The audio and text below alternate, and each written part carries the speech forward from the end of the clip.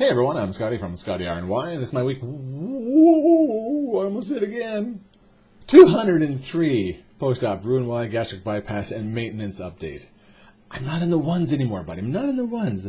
Week 203 post-op Roux-en-Y gastric bypass and maintenance update. Hello. Wow, that was a hell of an intro, that's for sure. How are you guys doing? How am I doing? Whew. Yeah, come on, tell me, how am I? I'm fantastic. That's right. It's been such a long time since I've said that. Yeah, I really do kind of mean it. Yeah. So let's get right into it, shall we? I'm 6'2", 49 years old. My highest weight ever recorded was 419 pounds in August of 2014. I had surgery July 7th, 2015 at Humber River Hospital in Toronto, Ontario, Canada. My surgery weight was 340 pounds.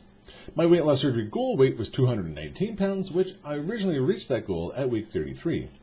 Last week I was 252 pounds, and this week I'm 249 pounds, for a loss of 3 pounds, making my loss from surgery of 91 pounds, and a total loss from my highest weight ever recorded of 170 pounds. So I'm down 3 pounds, all right. See, no, it's just a matter of time. And it wasn't for eating perfectly all week long. No, I still had a few bad days in there, by all means. But I had fantastic days at the gym, though. Really fantastic days. It feels so good. And it's not even, like, because I'm a big onto the cardio, that's what I was always preferring.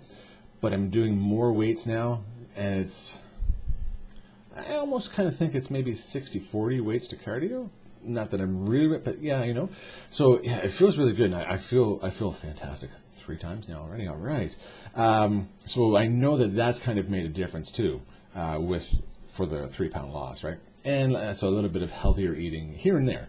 And the last couple of days have really shown that I've really taken care of that because I have been tracking my food again, doing the best that I can, and planning meals. And that was a big thing that before. So, you know, I have menus set out. I went and bought the food again on the weekend. Not again, but bought food. Did some meal prep the last couple of days. And that's good. You know, we get into these moments, don't we, where we just feel so great about ourselves or whatever in general. So we're high on it. We go. And then all of a sudden, you know, something happens and, you know, and all that out the window or whatever. So, hey, miles are right high while I'm going, right? And that's for sure. So all that in such a happy way, right? Here's something really screwy for you.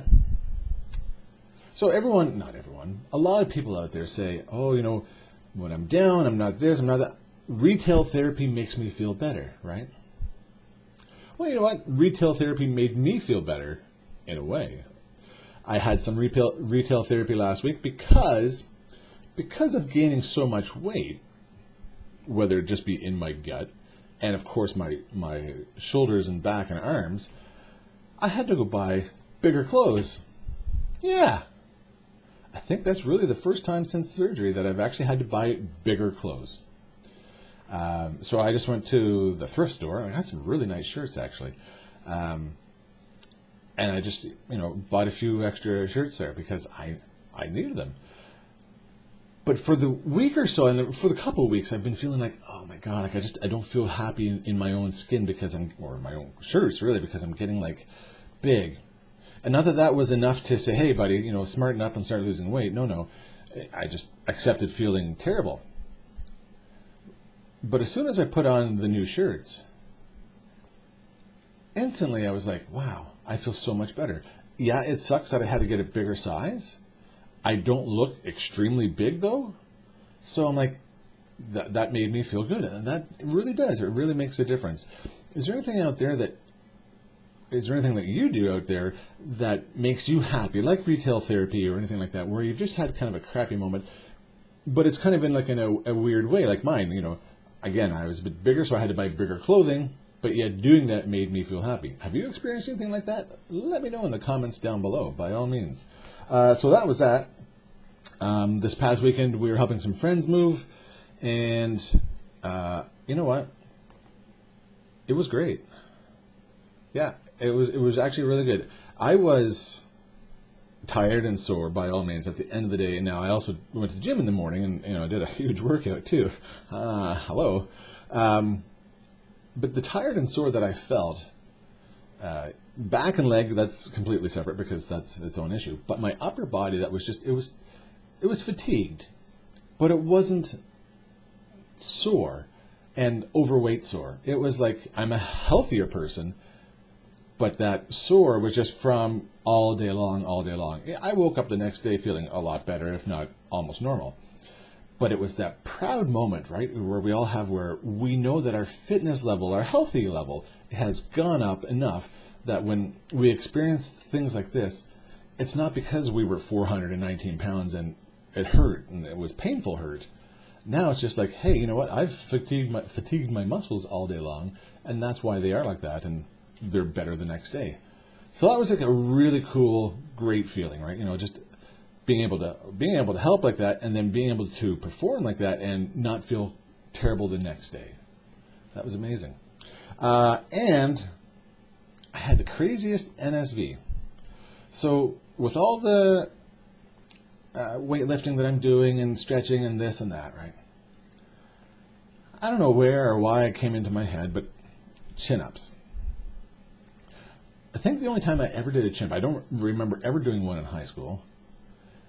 And I know in college, my first year of college, I had to, we had physical education, and I remember doing chin-ups. I think if I did 2 or 3 maybe over the course of a handful of minutes, I think that was a miracle, right? And I have never done one since. I've tried the odd time, even a handful of years ago when I lost a bunch of weight and I was going to a gym kind of regularly. That handful of weight, I think I was probably still a little bit more than what I am now. Yeah. And I tried. I'm like, oh my God, that's such a fail. So for shits and giggles, the craziest feeling, okay? So here I am, I'm hanging on to the bar. And I'm like, okay, so I'm going to pull myself up. And all I could see, right, was the bar, and then all of a sudden, I'm looking up over the bar. I'm like, well, what the hell? Where'd the bar go? Holy shit. I'm up above the bar. It was the craziest feeling because I tried, but it's not like, oh my God, I'm going like this and I'm looking all over the place and finally found myself above the bar. I was literally just like watching myself go over this bar. I did it once. That's all I wanted to do, was just do it once before I died. I was like, wow, that was amazing. Have you ever done something like that? This is going to be story time for everybody. I want you guys to share your stories with me, where there's something that you just couldn't do. You couldn't do before surgery. You might have been able to do it years ago, but you can do it now, even if it was just once. Again, let me know in the comments down below, because that was really cool. So maybe this week I'll try another one, and if I feel up to it, I'll try 2. But that's no guarantee. That's just little filler stuff here and there. So yeah, it was really good. Aside from that, everything else is just peachy keen for me. So thanks again to my subscribers. I really appreciate your support, and don't forget to, yes, like the videos and all that stuff.